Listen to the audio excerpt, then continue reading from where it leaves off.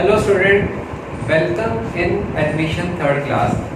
तो एडमिशन की first class में बच्चों हमने सीखा था कि एक नया पार्टनर अगर पार्टनरशिप में एडमिशन लेता है तो पार्टनर्स अपनी न्यू प्रॉफिट शेयरिंग रेशो कैसे निकालते हैं, सैक्रिफाइस कैसे निकालते हैं। उसके बाद सेकेंड क्लास में हमने सीखा था कि नया पार्टनर अगर गुडविल के पैसे कैश में लाता है, नहीं लाता, कब लाता है, प्राइवेटली देता है, तो इसका क्या हम ट्रीटमेंट करते हैं और हिडन गुडविल को हम लोग कैसे ट्रीट करते हैं। आज हमारी जो थर्ड क्लास है इसमें हम सीखेंगे कि जब एक नया पार्टनर पार्टनरशिप में एडमिशन लेता है तो हमें अपनी एसेट्स और लायबिलिटीज को रीवैल्यूट करना होता है। ये रीवैल्यूट क्यों करना होता है? बिकॉज आपने 11th क्लास में पढ़ा था कि हम कॉस्ट कंसेप्ट को फॉलो करते हैं, मतलब हम अपनी बुक्स में एसेट को उस वैल्यू पे रिकॉर्ड करते हैं जिस वैल्यू पे हमने उसको परचेज किया। उसकी मार्केट वैल्यू क्या है उससे हमारा कोई लेना देना नहीं है। बट प्रैक्टिकली जब एक नया पार्टनर पार्टनरशिप में एडमिशन लेता है या कोई पार्टनर फर्म छोड़ के जाता है या कोई उनकी प्रॉफिट शेयरिंग रेशियो चेंज होती है तो हमें अपनी एसेट्स की प्रेजेंट वैल्यू फाइंड करनी होती है। फॉर एग्जाम्पल ए और बी दो लोग हैं, दोनों ने मिलकर 5 साल पहले एक प्रॉपर्टी 2 करोड़ की खरीदी, आज उसकी वैल्यू 6 करोड़ है। और अगर एक तीसरा पर्सन आता है और कहते हैं कि मुझे इसमें 1/3 पार्टनर बना दो, तो आप सोचिए ज़रा कि आप उससे जो कंट्रीब्यूशन लेंगे उस बिल्डिंग में वो 2 करोड़ के अकॉर्डिंगली लेंगे जिस वैल्यू पे आपने इस बिल्डिंग को खरीदा, या 6 करोड़ के अकॉर्डिंगली लेंगे जो आज उसकी प्रेजेंट वैल्यू है। तो ऑफ कोर्स आप नए बंदे से जो कंट्रीब्यूशन लेंगे, नए पर्सन से जो कंट्रीब्यूशन लेंगे वो 6 करोड़ के अकॉर्डिंगली लेंगे। और ऐसे ही ऐसा भी हो सकता है कि आपने बिल्डिंग 2 करोड़ की खरीदी बट आज उसकी मार्केट वैल्यू 1.5 करोड़ की है, 1 करोड़ 50 लाख। अब इस केस में जो नया पर्सन हमारे साथ पार्टनरशिप में आ रहा है वो अपना जो कंट्रीब्यूशन है वो 2 करोड़ के अकॉर्डिंगली नहीं देगा, वो 1 करोड़ 50 लाख के अकॉर्डिंगली देगा। तो जब एक पार्टनर पार्टनरशिप में एडमिशन लेता है तो पुराने पार्टनर ये कहते हैं कि हमारी एसेट की वैल्यू आज की डेट में ज़्यादा है, जो वैल्यू बुक्स में पेयर हुई पड़ी उससे ज़्यादा है, तो हम आपसे जो कंट्रीब्यूशन लेंगे नए वैल्यू के हिसाब से लेंगे। इसी तरह से जो पार्टनर आ रहा है वो ये कह सकता है कि आपने जानबूझ के लायबिलिटीज की वैल्यू ज़्यादा दिखाई हुई है ताकि मेरा जो ऑब्लिगेशन है, मेरा जो शेयर है लायबिलिटीज में वो भी ज़्यादा हो। तो इसकी सिचुएशन में हम एसेट्स और लायबिलिटीज को जब भी पार्टनरशिप में कोई चेंज होते हैं तो रीवैल्यूट करते हैं। तो उसके लिए हम एक रीवैल्यूएशन अकाउंट बनाते हैं और ये जो रीवैल्यूएशन अकाउंट है वो हमारा नॉमिनल नेचर का अकाउंट है। Debit all expenses and losses, credit all income and gains. मतलब अगर किसी एसेट की वैल्यू बढ़ती है तो ये हमारे लिए फायदा है, फायदे को हम क्या करते हैं, क्रेडिट। और अगर किसी एसेट की वैल्यू कम होती है तो हमारा नुकसान है, नुकसान को हम क्या करते हैं, डेबिट। इसी तरह से अगर किसी लायबिलिटीज की वैल्यू बढ़ती है तो हमारे लिए नुकसान है, तो नुकसान को हम क्या करेंगे, डेबिट। और अगर लायबिलिटीज की वैल्यू कम होती है तो हमारा फायदा है, फायदे को क्या करेंगे, क्रेडिट। तो यहाँ पर हम आज एक रीवैल्यूएशन अकाउंट बनाना सीखेंगे। तो इसमें आपको ये ध्यान रखना है कि एसेट्स और लायबिलिटीज की वैल्यू में जो चेंज हो रहे हैं वो चेंज हमें दिखाने हैं। मतलब अगर एक एसेट 1 लाख से 1.5 लाख की हो गई, रीवैल्यूएशन अकाउंट में ना तो 1 लाख आएगा ना 1.5 लाख आएगा, जो 50,000 का चेंज आया वो 50,000 का चेंज दिखाएंगे। ऐसे मान लीजिए क्रेडिटर्स हमारे 1 लाख के थे, अब उसमें से 20,000 के क्रेडिटर्स को पेमेंट नहीं करनी, तो रीवैल्यूएशन अकाउंट में ना तो 1 लाख आएगा ना 80,000 आएगा, जो 20,000 का चेंज है वो चेंज आएगा। तो देखिए रीवैल्यूएशन अकाउंट कैसे बनाते हैं हम लोग। नॉमिनल नेचर का अकाउंट है डेबिट क्रेडिट। अगर किसी एसेट की वैल्यू बढ़े हमारा फायदा है, credit all income and gains. तो इसमें इंपॉर्टेंट बात अभी हमने डिस्कस करी कि एसेट की जितनी वैल्यू इंक्रीज हुई है वो चेंज हमें यहाँ पर दिखाना है, और अगर डिक्रीज होगी तो हमारा नुकसान है, debit all expenses and loss. ऐसे ही अगर क्रेडिटर्स को लायबिलिटीज हमारी कम होती है तो हमारा फायदा है, फायदा है तो रीवैल्यूएशन की क्रेडिट साइड में दिखाएंगे। और अगर किसी लायबिलिटीज की वैल्यू बढ़ती है तो वो हमारा नुकसान है, एक्सपेंस है, लॉस है, तो उसको हम किस तरह दिखाएंगे, डेबिट साइड में। तो जैसे कि आप हर नॉमिनल अकाउंट पढ़ते हैं, अगर हमारी क्रेडिट साइड ज़्यादा है यानी कि इनकम ज़्यादा है, हमारे एक्सपेंसेस अगर कम है तो इस प्रॉफिट। तो अब इसमें एक इम्पॉर्टेंट बात आप याद रखेंगे कि जो रीवैल्यूएशन का प्रॉफिट आएगा, एडमिशन हो रहा है तो इस प्रॉफिट को हमेशा हम ओल्ड पार्टनर्स में उनकी ओल्ड रेशियो पे ट्रांसफर करेंगे। तो प्रॉफिट ट्रांसफर टू कैपिटल या फिर करंट अकाउंट, और इसमें कौन से पार्टनर होंगे, current account of old partners. ठीक है, अगर ए और बी पुराने पार्टनर है, सी को उन्होंने एडमिशन दिए तो ए और बी में डिस्ट्रीब्यूट करेंगे। और अगर हमारी डेबिट साइड ज़्यादा है तो क्रेडिट साइड में आ जाएगा loss transfer to old partners capital या फिर करंट। तो अगर हमारी क्रेडिट साइड ज़्यादा है तो इधर हमारा प्रॉफिट आएगा, और अगर डेबिट साइड ज़्यादा तो हमारा क्या आएगा, लॉस। तो अब अगर हम इसको एंट्रीज में अगर कन्वर्ट करें, अगर किसी एसेट की वैल्यू इंक्रीज होती है तो जो भी एसेट हमारी इंक्रीज हुई तो sundry asset account debit to revaluation account, narration being asset की value being increase in the value of asset. तो इस पे इम्पोर्टेंट बात हमने जो अभी डिस्कस करी थी कि 1 लाख से अगर 1,20,000 किसी मशीन की वैल्यू हो गई है तो कितना आएगा, 20,000, और ये 20,000 रीवैल्यूएशन की क्रेडिट साइड में आएगा। और इसका दूसरा इफेक्ट कहाँ आएगा, अगर आपकी मशीन 1 लाख से 1,20,000 हो गई है तो 20,000 आपने रीवैल्यूएशन के क्रेडिट में दिखाया, और अब आप जो नई बैलेंस शीट बनाएंगे आफ्टर एडमिशन उसमें एसेट की जो वैल्यू शो करेंगे 1,20,000 शो करेंगे। इसी तरह से अगर कोई एसेट 1 लाख से 80,000 हो गई तो एसेट की वैल्यू अगर डिक्रीज होगी तो उसकी एंट्री क्या होगी, revaluation account debit to asset account. जो भी एसेट हमारी कम हुई है, narration being at value of asset decreases. अब अगर मान लीजिए फर्नीचर की वैल्यू बढ़ती है तो फर्नीचर टू रीवैल्यूएशन, मशीनरी की वैल्यू बढ़ती है मशीनरी टू रीवैल्यूएशन, बिल्डिंग की वैल्यू बढ़ती है तो बिल्डिंग टू रीवैल्यूएशन। सेम ऐसे ही अगर फर्नीचर की वैल्यू कम हुई तो रीवैल्यूएशन टू फर्नीचर, बिल्डिंग की कम हुई तो रीवैल्यूएशन टू बिल्डिंग। और दूसरा इफेक्ट, एक तो रीवैल्यूएशन में, और जितना चेंज आया उस चेंज को हम बैलेंस शीट में प्रेजेंट करते हैं। अगर एसेट की वैल्यू बढ़ी तो जितना बढ़ा पुरानी वैल्यू में वो ऐड करके नई वैल्यू बैलेंस शीट के एसेट में दिखाएंगे, और अगर कम हुआ तो जितना वैल्यू कम हुआ रिवैल्यूएशन के डेबिट में, और एसेट में जो नई वैल्यू दिखाएंगे उस पुरानी वैल्यू में से जितना कम हुआ वो लेस करके हम लोग बैलेंस शीट में शो करते हैं। ऐसी लायबिलिटीज, अगर लायबिलिटीज की वैल्यू बढ़ती है तो लायबिलिटीज आपको पता है अगर बढ़ती है तो क्रेडिट होती है, हमारा नुकसान है तो रिवैल्यूएशन को हम डेबिट करेंगे। तो this is revaluation account debit to sundry liabilities account.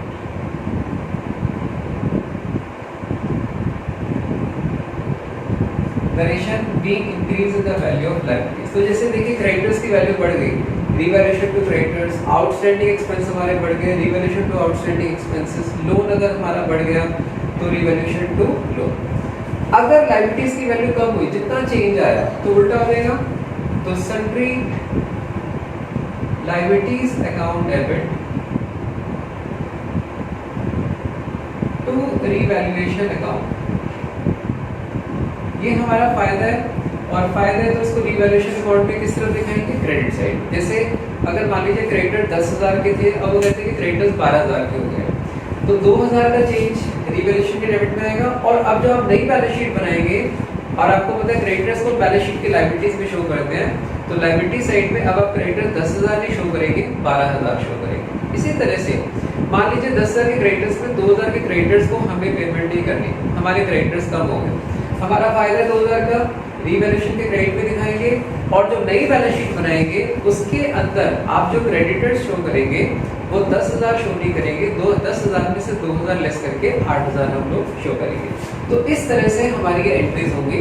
इसी तरह से अगर कोई एसेट आपकी अनरिकॉर्डेड थी, अब आप उसको रिकॉर्ड करेंगे, मींस एसेट की वैल्यू इंक्रीज होगी, तो एसेट की वैल्यू इंक्रीज होगी तो एसेट्स टू रिवैल्यूएशन। ऐसी कोई लायबिलिटीज अभी तक आपकी अनरिकॉर्डेड थी, उसको रिकॉर्ड कर लिया, तो same increase in the value of liabilities तो रिवैल्यूएशन टू लायबिलिटीज। तो इस तरह से हमने देखा कि हम कैसे रिवैल्यूएशन बनाते हैं। आइए अब हम इसके ऊपर एक प्रैक्टिकल क्वेश्चन करेंगे। तो बच्चों, क्वेश्चन करते वक्त आपको एक ही बात का ध्यान रखना है कि जो भी चेंज हो रहा है आपको ये देखना है कि वो चेंज एसेट पे हो रहा है या लायबिलिटीज पे। दूसरी बात, जो चेंज हो रहा है उससे मेरी एसेट या लायबिलिटीज बढ़ रही है या फिर कम हो रही है। तो देखिए, जैसे हम एक एसेट का एग्जांपल लेते हैं, आपकी वर्कशीट का क्वेश्चन नंबर 31 है। आपको बैलेंस शीट में प्लांट एंड मशीनरी दिया हुआ है 80,000, ठीक है। तो आपको पता है जो भी चेंज होगा उसका इफेक्ट एक तो रिवैल्यूएशन अकाउंट में आता है और दूसरा बैलेंस शीट। तो कहते हैं प्लांट वैल्यूड एट 90, पहली वैल्यू कितनी थी 80, अब वैल्यू कितनी है 90। तो अगर हम इसकी एंट्री पास करें तो प्लांट की वैल्यू बढ़ गई, एसेट इंक्रीज हो गया तो क्या करते हैं, डेबिट। तो plant account debit, this is 10,000। और दूसरा ये हमारा फायदा है, फायदा किस में ट्रांसफर करेंगे, रीवैल्यूएशन अकाउंट। तो अब इसका देखिए प्रैक्टिकली प्रेजेंटेशन कहाँ कहाँ आएगा। अगर हम रीवैल्यूएशन अकाउंट अगर हम बनाते हैं तो रीवैल्यूएशन के क्रेडिट साइड में आएगा बाय प्लांट 10,000। और इस क्वेश्चन में अगर हम बैलेंस शीट बनाएंगे तो बैलेंस शीट में हमारा जो प्लांट था वो था कितने का, 80 का। लेकिन अब उसकी वैल्यू 10,000 से बढ़ गई तो प्लांट की वैल्यू कितनी आएगी, 90। हमारी एसेट साइड में जो नई वैल्यू है वो 90,000 आएगी। इसी तरह से अगर वो कहते हैं प्लांट इंक्रीज टू 90,000, एक ही बात है 90 वैल्यू बोले इंक्रीज टू 90 है, तो दूसरे पार्ट में भी हमारी बच्चों सेम ही एंट्री होगी। क्या एंट्री होगी, प्लांट टू रीवैल्यूएशन। तो एसेट की वैल्यू बढ़ गई है तो रीवैल्यूएशन के क्रेडिट में क्रेडिट और इनकम एंड गेन्स, और जो बैलेंस शीट बनाएंगे उसमें हम प्लांट की नई वैल्यू 90,000 से शो कर देंगे। ऐसे ही जो थर्ड पार्ट है इसमें कहते हैं वैल्यू प्लांट इंक्रीज बाय 90,000, 90,000 से प्लांट की वैल्यू बढ़ गई। तो अगर 90,000 से प्लांट की वैल्यू बढ़ गई तो एंट्री होगी प्लांट अकाउंट डेबिट 90,000 और टू रीवैल्यूएशन अकाउंट 90,000। तो इसका अगर बच्चों रीवैल्यूएशन अकाउंट में हम लोग प्रेजेंटेशन करते हैं तो रीवैल्यूएशन की क्रेडिट साइड में आ जाएगा बाय प्लांट 90,000। और अगर हम बैलेंस शीट बनाते हैं यहाँ पर तो बैलेंस शीट की एसेट साइड पे प्लांट देखिए 80,000 का पहले से था और कहते हैं कि इंक्रीज बाय 90,000, 80,000 से तो पहले थी, 90,000 से वैल्यू और बढ़ गई तो 80 प्लस 90 तो नई वाली वैल्यू कितनी आ जाएगी, 1,70,000। तो जितना चेंज आ रहा है वो चेंज रीवैल्यूएशन में रिकॉर्ड करना है और बैलेंस शीट में उसकी नई वैल्यू जितनी इंक्रीज हो गई या डिक्रीज हो गई है वो वाली वैल्यू को शो करेंगे। अब ऐसे फोर्थ पार्ट में कहते हैं value plant appreciated by 125%, 125% value बढ़ गई। तो पहले तो 125% निकालना पड़ेगा। तो अगर आपकी प्लांट की वैल्यू 80,000 थी तो 80,000 का अगर 125% निकालते हैं तो 1 लाख। तो अब आपको कहीं कंफ्यूजन नहीं होगा कि सर 80,000 से 1 लाख हो गई है या 1 लाख से बढ़ गई है। तो क्या लिखा हुआ है, वैल्यू प्लांट एप्रिसिएटेड बाय का मतलब 125% वैल्यू बढ़ गई। पहले अगर वो 100% था तो अब टू 25% हो गया, यानी कि 1 लाख से वैल्यू बढ़ गई। तो 1 लाख से वैल्यू बढ़ने का मतलब हम एंट्री करेंगे plant debit to revaluation account 1 lakh. पुरानी वैल्यू कितनी थी, 80, वैल्यू बढ़ गई है 1 लाख से, तो 1 लाख से बढ़ गई तो रीवैल्यूएशन के क्रेडिट में 1 लाख आएगा। और अब प्लांट की जो नई वैल्यू आएगी 80,000 पहले से थी, 1 लाख से और बढ़ गई, प्लांट की नई वैल्यू आएगी 1,80,000। ठीक। इसी तरह से अगर वो कहते हैं कि वैल्यू प्लांट इंक्रीज टू, क्या लिखा है, वैल्यू प्लांट एप्रिसिएटेड टू 125%। तो अभी हमने निकाला था 80,000 का 125% कितना होता है, 1 लाख। तो 80,000 से 1 लाख हो गए, तो चेंज कितने का आया, 20,000 रुपए का। तो हम हमेशा एंट्री जो पास करते हैं वो चेंज से करते हैं। तो plant debit to revaluation account and this is 20,000। तो अगर आप नई बैलेंस शीट बनाएंगे तो रीवैल्यूएशन की क्रेडिट साइड पे 20,000 आएगा और जो हम बैलेंस शीट बनाएंगे उसमें प्लांट की जो वैल्यू शो करेंगे 20,000 से बढ़ाकर शो करेंगे। तो 80,000 का 20,000 से हमारा और बढ़ गया तो कितनी वैल्यू आ जाएगी, 1 लाख। अब ऐसे ही जो 6th पार्ट है उसके अंदर कहते हैं प्लांट वैल्यू एट 125% मोर। उसी बात को रिपीट करना है, एप्रिसिएटेड बाय 125% या 125% मोर। तो 1 लाख का 125% कितना होता है, 1 लाख। तो जो भी हमारी एग्जिस्टिंग वैल्यू थी कहते हैं उसमें 1 लाख का एडिशन और हो गया। तो ये एंट्री हमने की थी अभी। तो this is plant debit to revaluation account. तो जितना चेंज आया तो चेंज हमारा 1 लाख रुपए का आया। तो 1 लाख रुपए एसेट साइड में प्लांट में ऐड करेंगे, प्लांट की नई वैल्यू आ जाएगी 80 प्लस 1 लाख 180। और रीवैल्यूएशन के क्रेडिट पे कितना आ जाएगा 1 लाख। नेक्स्ट वो कहते हैं प्लांट वैल्यूड एट 125%। वो कहते हैं प्लांट की जो वैल्यू है वो 125% है। तो 125% कितना होता है, अभी हमने निकाला ही था। तो 80,000 का अगर हमने 125% निकाला तो दिस इज 1 लाख। तो अब प्लांट हमारा 80,000 था, आप कहते हैं उसकी वैल्यू 1 लाख है, तो चेंज कितना आया 20,000 रुपये का। ये जो पहले हुई थी एंट्री, तो plant debit to revaluation account 20,000। तो यहाँ पर एक चीज आपने नोटिस करी, अगर वो कहते हैं कि वैल्यू प्लांट इंक्रीज बाय 20% या इंक्रीज बाय 125%, तो इसका मतलब 125% वैल्यू बढ़ गई है। और अगर कहते हैं इंक्रीज टू 125%, तो इंक्रीज टू 125% का मतलब 100% से 100% से 125% हो गया। और जब टू लिखता है तो नॉर्मल कोर्स पे डिफरेंस लेते हैं, और जब बाय लिखता है तो हम वो पूरा का पूरा अमाउंट को चेंज को रिप्रेजेंट करता है। इससे में आगे देखिए, अगर वो कहते हैं कि plant was found under valued bye 20,000। Under value का मतलब जो वैल्यू दिखाई गई है वो 20,000 से कम दिखाई है। तो कम दिखाई है तो आज को प्लांट को उसकी प्रेजेंट वैल्यू पर लेकर आएंगे, प्लांट की वैल्यू को बढ़ाएंगे। प्लांट की वैल्यू को बढ़ाएंगे तो एंट्री होगी plant account debit to revaluation account, क्योंकि प्लांट की वैल्यू जो है उससे इसने 20,000 कम दिखाई है। तो जब भी लिखा हो कि अंडर वैल्यूड है, यानी कि उसकी एक्चुअल वैल्यू से 20,000 वैल्यू कम है, तो उसको इंक्रीज करके दिखा दिया। और अगर वो उल्टा, वो कहते हैं plant was found over valued, जो भी वैल्यू दिखाई है वो हमने 20,000 से ज़्यादा दिखाई है। तो 20,000 से ज़्यादा दिखाई है तो ठीक करने के लिए उसको हम कम करेंगे, तो इसकी एंट्री हो जाएगी revaluation account debit to plant. तो आपने देखा कि अगर अंडर वैल्यूड है तो वैल्यू को इंक्रीज करेंगे, अगर ओवर वैल्यूड है तो उसकी वैल्यू को हम डिक्रीज करेंगे। और यही बात अगर वो परसेंटेज में बोल देता है, वो कहता है plant is found under valued bye 20% of market value. जो भी उसकी वैल्यू थी उससे प्लांट की वैल्यू 20% कम करके दिखाई है। इसका मतलब प्लांट की वैल्यू बढ़ाने की जरूरत है। तो प्लांट की वैल्यू को अगर बढ़ाना तो एंट्री तो ठीक हो गई, तो plant account debit to revaluation account, ठीक है। अब लेकिन वैल्यू कितनी बढ़ानी है, वो कहते हैं plant is found under valued bye 20%। जो भी वैल्यू थी उससे उसकी वैल्यू कम करके दिखाई है, 20% कम करके दिखाई। लेट मार्केट वैल्यू x और x minus 20% of x is 80,000। तो अगर आप बच्चों इसको सॉल्व करेंगे तो मार्केट वैल्यू कितनी आ जाएगी 1 लाख। हमने शो कितने में किया हुआ 80,000। तो इसका मतलब प्लांट की वैल्यू कितने से कम दिखाई हुई है 20,000 से।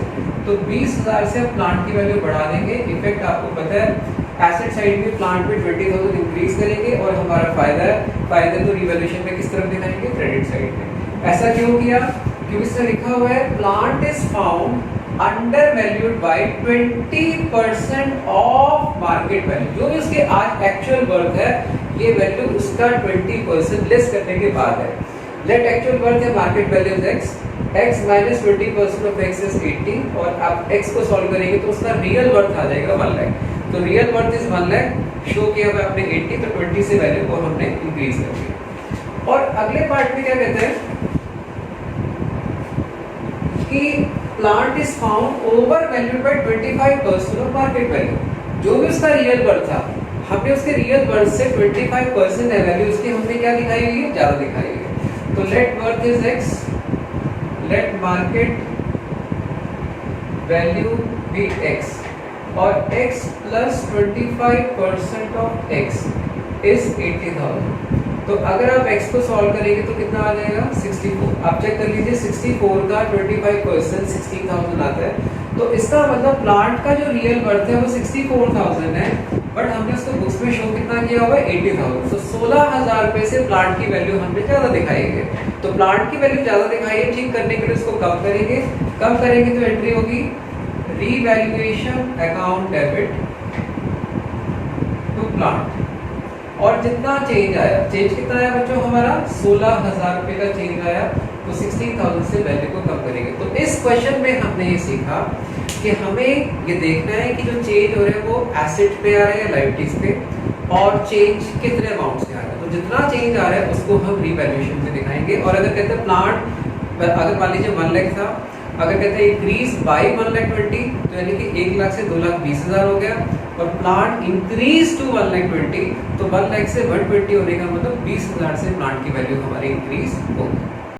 बच्चों 11th क्लास में हमने प्रूडेंस कंसेप्ट पढ़ा था कि don't expect the profit but provide for all expected losses. तो इसीलिए हमने सीखा था कि कुछ हम चीज़ों के लिए प्रोविजन बनाते थे और फ्यूचर की फाइनेंशियल पोजीशन को स्टॉप करने के लिए हम लोग रिजर्व क्रिएट करते हैं। तो देखिए बच्चों, अगर हम कोई पैसा इन्वेस्ट करते हैं, शेयर मार्केट में लगाते हैं, तो आपको पता है शेयर मार्केट बहुत ज़्यादा फ्लक्चुएट होती रहती है, इन्वेस्टमेंट की वैल्यू कम ज़्यादा होती रहती है। तो इस फ्लक्चुएशन का हमारे डेली बिजनेस पे इम्पैक्ट ना आए उसके लिए हम कुछ प्रोविजन या रिजर्व बनाते हैं। तो हम आज जो पैसा इन्वेस्ट करते हैं, इन्वेस्टमेंट की वैल्यू बढ़ती है और कम होती रहती है। तो बढ़ जाए तो कोई प्रॉब्लम नहीं है, लेकिन प्रूडेंस कंसेप्ट के हिसाब से अगर हमें लगता है कि इन्वेस्टमेंट की वैल्यू कम होगी और इंक्रीज होने वाली नहीं है, तो हम उसको अपने एज ए एक्सपेंस लॉस में शो करेंगे।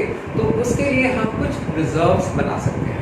तो एक प्रॉब्लम है, हमारे को दिया हुआ है इन्वेस्टमेंट 40,000, इन्वेस्टमेंट फ्लक्चुएशन रिजर्व 3,000। अगर इन्वेस्टमेंट की वैल्यू में कोई भी चेंज आता है, अगर बढ़ती है कोई प्रॉब्लम नहीं है, और अगर इन्वेस्टमेंट की वैल्यू कम होती है तो जितना कम होगा वो हम अपने प्रॉफिट एंड लॉस से चार्ज ना करके किस में चार्ज करेंगे, इन्वेस्टमेंट फ्लक्चुएशन रिजर्व से। और ये रिजर्व हमारे उस प्रॉफिट से बना हुआ है जो प्रॉफिट पहले किसी टाइम पे पार्टनर्स को डिस्ट्रीब्यूट होना था। अब प्रॉब्लम ये आ रही है कि एक नया पार्टनर पार्टनरशिप में एडमिशन ले रहा है, तो आज हमें इन्वेस्टमेंट को रीवैल्यूएट करना है।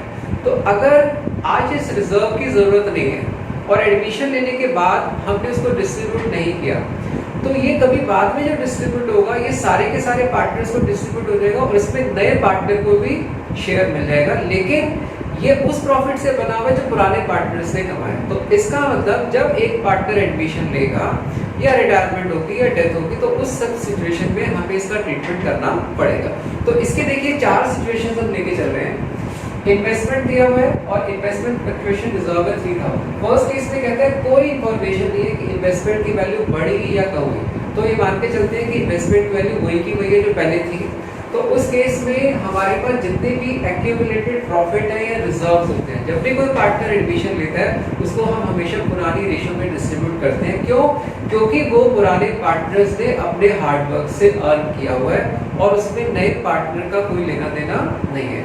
तो अब अगर इन्वेस्टमेंट की वैल्यू में चेंज नहीं आया तो हम इस रिजर्व को पुराने पार्टनर्स में डिस्ट्रीब्यूट कर देंगे। Investment fluctuation reserve account debit to old partners. अगर ए और बी है तो ए और बी में, एबीसी है तो एबीसी में, एबीसीडी है तो एबीसीडी में, उनकी पुरानी प्रॉफिट शेयरिंग। तो to old partners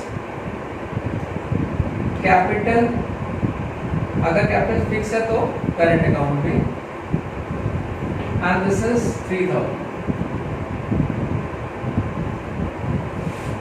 second part में वो कहता है कि मार्केट वैल्यू इज 40, ठीक है। तो अगेन इस रिजर्व की हमें कोई जरूरत नहीं है। तो इंस्पिरेशन वही, being reserve distributed in old partners in their old ratio.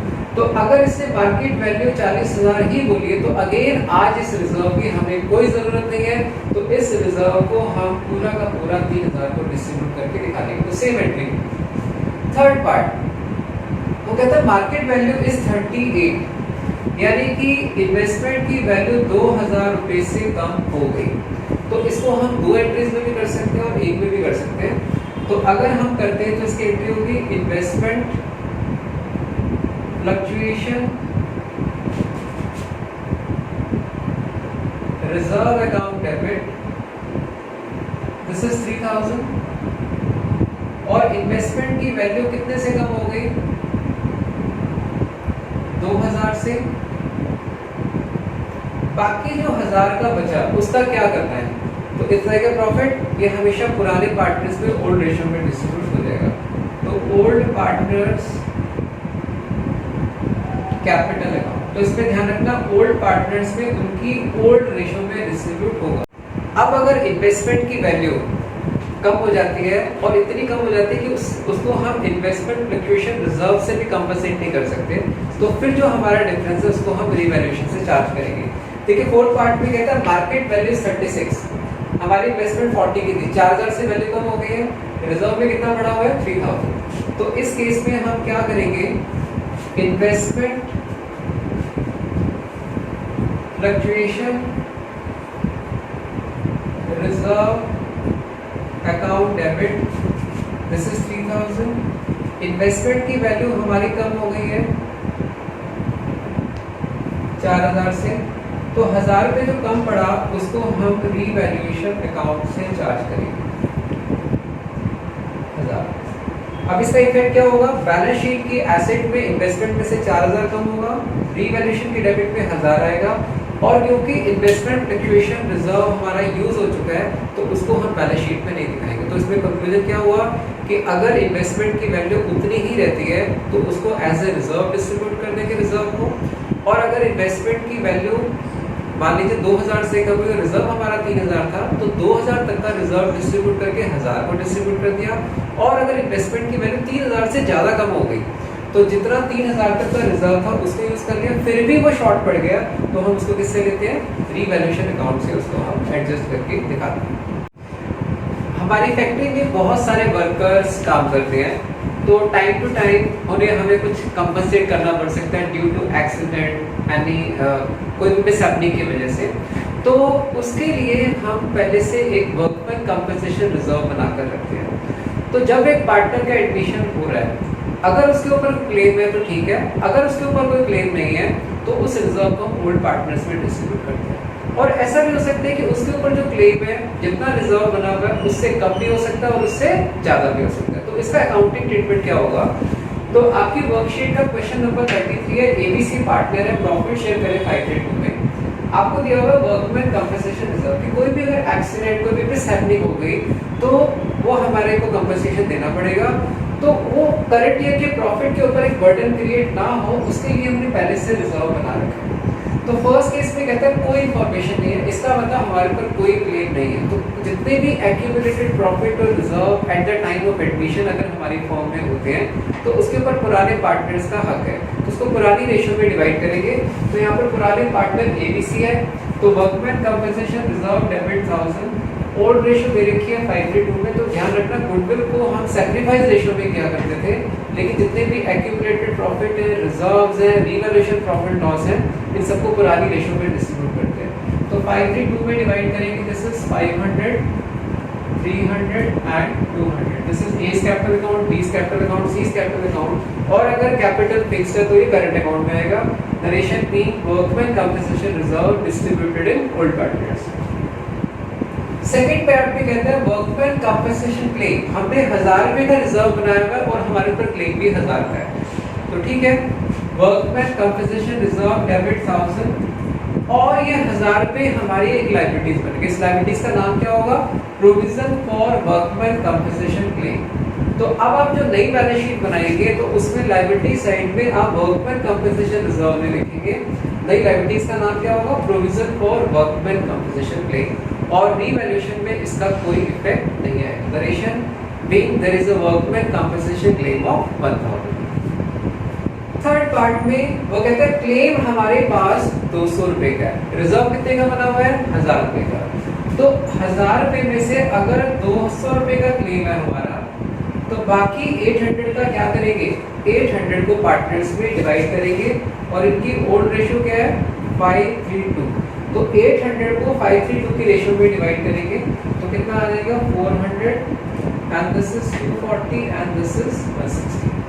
तो जितना क्लेम था उसको वर्कमैन कंपनसेशन प्रोविजन में ट्रांसफर कर दिया, बाकी जो क्लेम नहीं था उसको हमने पार्टनर्स में डिस्ट्रीब्यूट करके दिखा दिया। अगर हमारा क्लेम हमारे रिजर्व से ज़्यादा है तो जितना ज़्यादा है उसको हम रीवैल्यूएशन से चार्ज कर लेते हैं।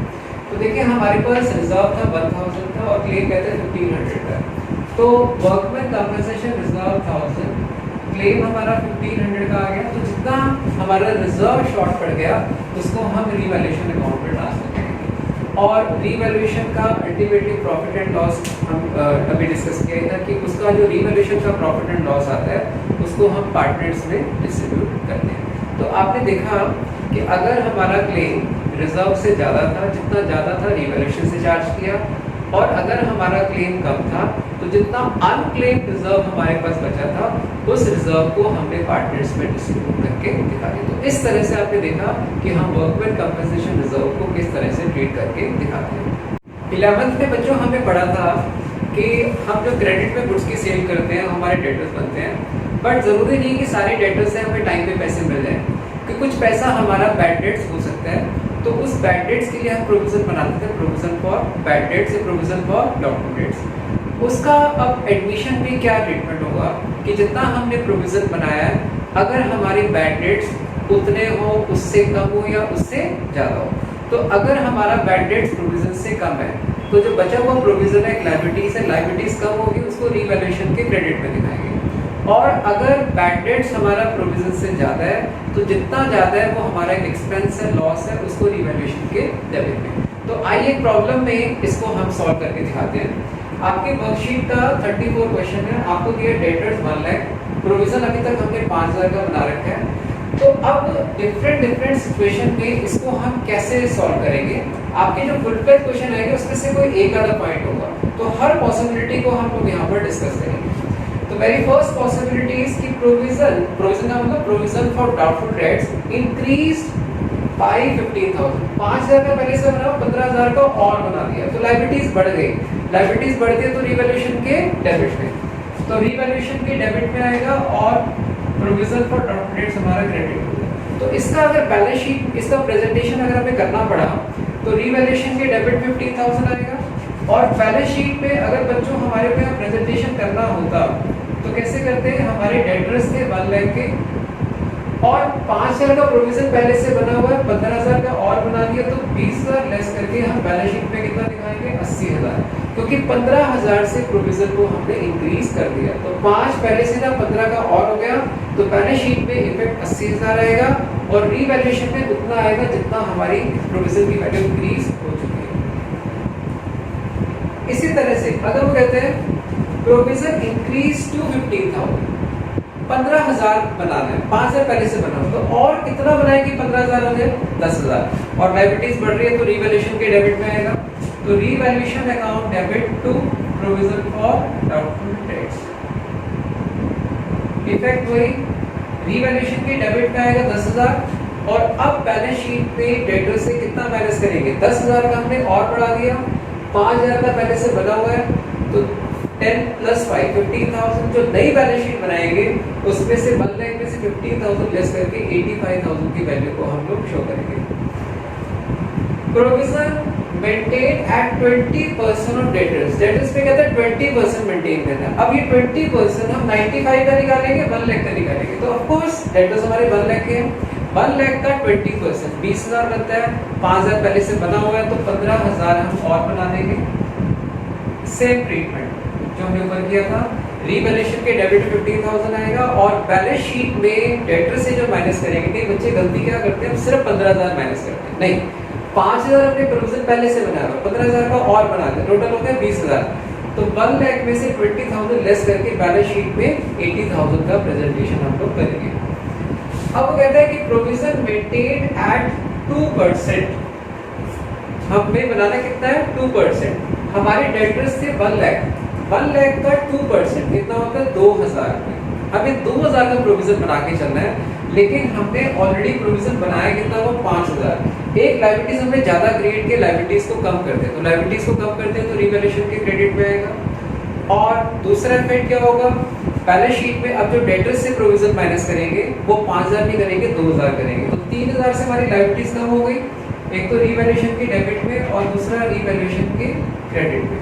तो इसका अगर हम इफेक्ट देखें तो क्या होगा, ऊपर का हम क्योंकि रब कर देते हैं, तो इसका इफेक्ट अब ये होगा कि अगर हम रिवैल्यूएशन अकाउंट अगर हम लोग बैलेंस शीट अगर हम बनाएंगे, रिवैल्यूएशन और अगर बैलेंस शीट हम लोग बना लेंगे, तो आपने कहा रिवैल्यूएशन के क्रेडिट साइड में आ गया हमारा 3,000 by provision for doubtful dates, और बैलेंस शीट में हमारे जो डेटर्स 1 लाख के थे अब हमें जो प्रोविजन मेंटेन करना है वो कितना मेंटेन करना है हमारे को 2%। तो 2000 का प्रोविजन लेस करके हमारे डेटर्स आएंगे 98। ठीक है, तो 3000 से हमारा प्रोविजन कम हो। फिफ्थ पार्ट, 96% डेटर्स कहते हैं गुड है, इसका मतलब 4% के ऊपर डाउट है। तो 1 लाख का 4% हमें प्रोविजन बनाना कितना है 4000, बनाया कितना होगा 1000, यानी कि 1000 का प्रोविजन हमें कम करना है। तो लायबिलिटीज हमारी कम होगी, तो provision for draft debts to revaluation. तो इफेक्ट बच्चों सेम, आप रीवैल्यूएशन के क्रेडिट में कितना दिखाएंगे 1000 और बैलेंस शीट में डेटर से कितना माइनस करेंगे अब आप 4000 और ये आ जाएगा 96। तो किसे लिखा हुआ है कि 96% डेटर्स आर गुड। तो हमें 4% प्रोविजन बनाना है, तो 4% हमें प्रोविजन मेंटेन करके चलना है। हमने बनाया हुआ 5000, तो 1000 से जो प्रोविजन कम हो गया वो रीवैल्यूएशन के क्रेडिट में और बैलेंस शीट में से हम लेस प्रोविजन जो करेंगे वो 4000 करेंगे। अब अगर वो कहते हैं कि 6 पार्ट में ऑल डेटर्स आर गुड, सारे के सारे डेटर्स गुड है, इसका मतलब प्रोविजन की हमें जरूरत नहीं है। तो पूरा का पूरा 5000 हम रीवैल्यूएशन के क्रेडिट में दिखा देंगे। तो रीवैल्यूएशन के क्रेडिट में 5000 आएगा और हमारे जो डेटर्स है वो पूरे के पूरे 1 लाख रुपए के बैलेंस शीट में आ जाएंगे। तो आपने देखा कि रीवैल्यूएशन में हमने उतना प्रोविजन दिखाना है जितना उसमें चेंज आया और बैलेंस शीट में डेटर से उतना प्रोविजन आप माइनस करके दिखाएंगे जो हमारा इस मोमेंट पे एग्जिस्ट कर रहा है। अब अगर हमारा बैड डेट्स होता है तो उसका प्रोविजन से कैसे एडजस्टमेंट करते हैं। आपका 7th पार्ट है bad debts during the year 3000। हमारे पास प्रोविजन ज्यादा है, बैड डेट्स हमारा कम है, तो कुछ उसकी एंट्री क्या होती है बैड डेट्स टू डेटर 3000 और अगर प्रोविजन नहीं होता तो उसको सीधा रीवैल्यूएशन में ट्रांसफर कर देते हैं। बट हमारे पास प्रोविजन है पहले से 5000 रुपये का, तो प्रोविजन को डेबिट करेंगे। हमारा बैड डेट्स 3000 रुपये का है, तो हम ये मान के चलेंगे कि अब इस 2000 के प्रोविजन की कोई ज़रूरत नहीं है, तो हमारा बैड डेट्स कम है, प्रोविजन ज़्यादा है, तो लायबिलिटीज़ को कम करेंगे तो रीवैल्यूएशन के क्रेडिट। दोबारा सुन लो, हमारा 3000 का बैड डेट्स हुआ, बैड डेट्स डेटर 3000। अगर प्रोविजन नहीं होता तो पूरा 3000 रीवैल्यूएशन के डेबिट में आएगा और डेटर से तो ऑफ कोर्स माइनस होगा ही होगा।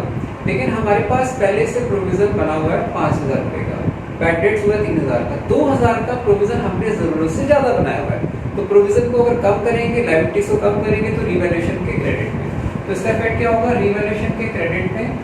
और बैलेंस शीट में क्या इफेक्ट आएगा, हमारे डेटर्स अब 3000 रुपये से कम हो गए। हमारे डेटर्स से पहले 1 लाख के, तो डेटर्स आ जाएंगे हमारे 97 के और जो 2000 का हमारा प्रोविजन कम हुआ वो रीवैल्यूएशन के क्रेडिट साइड पे आ जाएगा। अब अगर हमारा बैड डेट्स प्रोविजन से अगर ज़्यादा होता है तो उसका ट्रीटमेंट हम लोग कैसे करेंगे। तो देखिए आपको 7 पॉइंट 8 पॉइंट पे कहता है bad debts during the year 8000। हमारा जो बैड डेट्स है वो 8000 रुपये का हो गया, तो एंट्री होगी bad debts account debit to debtors. जितना भी हमारा बैड डेट्स होता है उसको प्रोविजन से चार्ज करते हैं, बट प्रोविजन कितने का हमारा 5000 का, तो 5000 का प्रोविजन से चार्ज कर लिया, फिर भी कम पड़ गया तो बाकी पैसा कहाँ से चार्ज करेंगे रीवैल्यूएशन से टू बैड डेट्स 8000। दोबारा सुन लो, हमारा बैड डेट्स हुआ है तो 11th एंट्री के लिए बैड डेट्स टू डेटर 8000 और इस बैड डेट्स को हम प्रोविजन फॉर डॉक्टर डेट से चार्ज करते हैं, दिस इज 5000। अभी भी पैसा कम पड़ गया तो वो रीवैल्यूएशन से करेंगे और टू बैड डेट्स, तो बैड डेट्स आपका अल्टीमेटली कैंसिल हो गया। हमारा डेटर 8000 से कम हो गया, 1 लाख में से 8000 माइनस करेंगे, डेटर्स कितने का आ गया 2000 और प्रोविजन कैंसिल हो गया। रीवैल्यूएशन के डेबिट में हमारा कितना आ गया 3000। तो रीवैल्यूएशन में उतना अमाउंट आएगा जितना प्रोविजन से एडजस्ट करने के बाद भी हमारा बच गया, क्योंकि हमारा जो बैड डेट्स 8000 का था, प्रोविजन हमारे पास 5000 का था, जितना शॉर्ट पड़ा उसको रीवैल्यूएशन से ले लिया और डेटर्स हमेशा टोटल जितना भी हमारा बैड डेट्स हुआ उससे हमारे डेटर्स की वैल्यू कम हो जाती है। आइए बच्चों इस क्वेश्चन का हम लास्ट पार्ट करेंगे कि जिसमें हम लोगों को फर्दर बैड डेट्स भी गिवन है और फर्दर फ्यूचर के लिए प्रोविजन भी अगर वो लोग बना रहे हैं। तो देखिए 9th पार्ट है हम लोगों का, आपको दिया डेटर्स 1 लाख, प्रोविजन 5000 और वो कहता है bad debts during the year 10000 and provision for bad debts is maintain 5% on debtors. तो हमारे पास जो प्रोविजन बना हुआ 5000 रुपए का, लेकिन हमारा जो बैड डेट्स है वो 10000 का हो गया। तो अगर हम इसकी एंट्री पास करें तो एंट्री होती है बैड डेट्स टू डेटर 10000 और जो भी हमारा बैड डेट्स होता है उसको हम पहले प्रोविजन से चार्ज करते हैं। प्रोविजन हम लोगों के पास 5,000 रुपए का है और बैड डेट्स हमारा 10,000 रुपए का है। तो हमारा जितना प्रोविजन शॉर्ट पड़ गया उसको हम रीवैल्यूएशन अकाउंट से चार्ज करेंगे, ठीक है। तो बैड डेट्स टू डेटर 10,000 और उसके बाद बैड डेट्स को हमने प्रोविजन से चार्ज किया, जितना प्रोविजन हमारा शॉर्ट पड़ा उसको हमने रीवैल्यूएशन से चार्ज किया। उसके बाद वो कहते हैं कि फ्यूचर के लिए भी हमें 5% का प्रोविजन क्रिएट करना है। तो बच्चों 11th क्लास में हम लोगों ने पढ़ा हुआ है कि अगर प्रोविजन फॉर बैड डेट्स या डाउटफुल डेट्स हमें बनाना है तो debtors minus further bad debts into rate of provision upon 100। तो provision for doubtful dates is debtors minus further bad debts into rate of provision upon 100। तो इस question में हमारे debtors थे 1 लाख के, हमारा बैड डेट्स हुआ 10,000 का और प्रोविजन है 5%, दिस इज 4,500। तो 4,500 का हमें प्रोविजन बनाना है। तो इसकी एंट्री होगी revaluation account debit to provision for doubtful debts. अब इसको बच्चों बैलेंस शीट में और रीवैल्यूएशन में क्या प्रेजेंटेशन होगा, बैड डेट्स टू डेटर। हमारे पास जो डेटर्स थे, डेटर्स हमारे पास 1 लाख के थे और हमारा 10,000 का बैड डेट्स हो गया और उसके बाद बैड डेट्स को आपने रिटर्न ऑफ कर दिया प्रोविजन से और बाकी का जो डिफरेंस है जितना हमारे पास प्रोविजन नहीं था रीवैल्यूएशन से चार्ज किया। तो to bad debts this is 5,000, क्योंकि जितना हमारा बैड डेट्स है जितना प्रोविजन से एडजस्ट हो सकता है हमने प्रोविजन से एडजस्ट किया, जो प्रोविजन से एडजस्ट नहीं हो पाया उसको हमने रीवैल्यूएशन से चार्ज कर दिया और जो नया प्रोविजन हमने बनाया वो हमने किया revaluation to provision for doubtful debts. तो ये रीवैल्यूएशन के डेबिट में आएगा to provision for doubtful debts and this is 4,500 और इसका इफेक्ट क्या होगा, बैलेंस शीट में डेटर से माइनस करेंगे, लेस ये आपका बैड डेट्स था और लेस प्रोविजन, दिस इज 4,500, तो दिस इज 85,500। तो इस तरह से बच्चों इस क्वेश्चन में हमने सीखा कि अगर हमारा बैड डेट्स होता है प्रोविजन फॉर बैड डेट्स का कैसे ट्रीटमेंट करेंगे। तो आज की क्लास में बच्चों हमने सीखा कि रीवैल्यूएशन अकाउंट हम लोग क्यों बनाते हैं। रीवैल्यूएशन अकाउंट अपनी एसेट्स और लायबिलिटीज की वैल्यू को रीअसेस करने के लिए बनाते हैं। तो इसके अंदर आपने देखा ये एक नॉमिनल नेचर का अकाउंट था, अगर किसी एसेट की वैल्यू डिक्रीज हुई या लायबिलिटीज की वैल्यू इंक्रीज हुई तो उसको हमने डेबिट साइड में शो किया और ऑपोजिट अगर किसी एसेट की वैल्यू इंक्रीज हुई या लायबिलिटीज की वैल्यू डिक्रीज हुई तो हमने इसको रीवैल्यूएशन के क्रेडिट में ट्रांसफर किया। और रीवैल्यूएशन का जो भी प्रॉफिट एंड लॉस आते हैं प्रैक्टिकली उसको हम ओल्ड पार्टनर्स में उनकी ओल्ड रेशियो में डिस्ट्रीब्यूट करते हैं। तो हमने पहले क्वेश्चन में एसेट से रिलेटेड किया, दूसरे क्वेश्चन में हमने वर्कमैन कंपनसेशन रिजर्व का ट्रीटमेंट किया, तीसरे क्वेश्चन में हमने इन्वेस्टमेंट फ्लक्चुएशन रिजर्व का ट्रीटमेंट किया और लास्ट क्वेश्चन में अगर डेटर्स के ऊपर कोई फर्दर बैड डेट्स कोई प्रोविजन हम लोग बनाते हैं तो उसका कैसे इफेक्ट आता है वो हम लोगों ने आज की क्लास में सीखा। तो आज की क्लास में बच्चों आपको कोई भी प्रॉब्लम आए तो आप हमें कॉल या व्हाट्सएप कर सकते हैं। Thank you.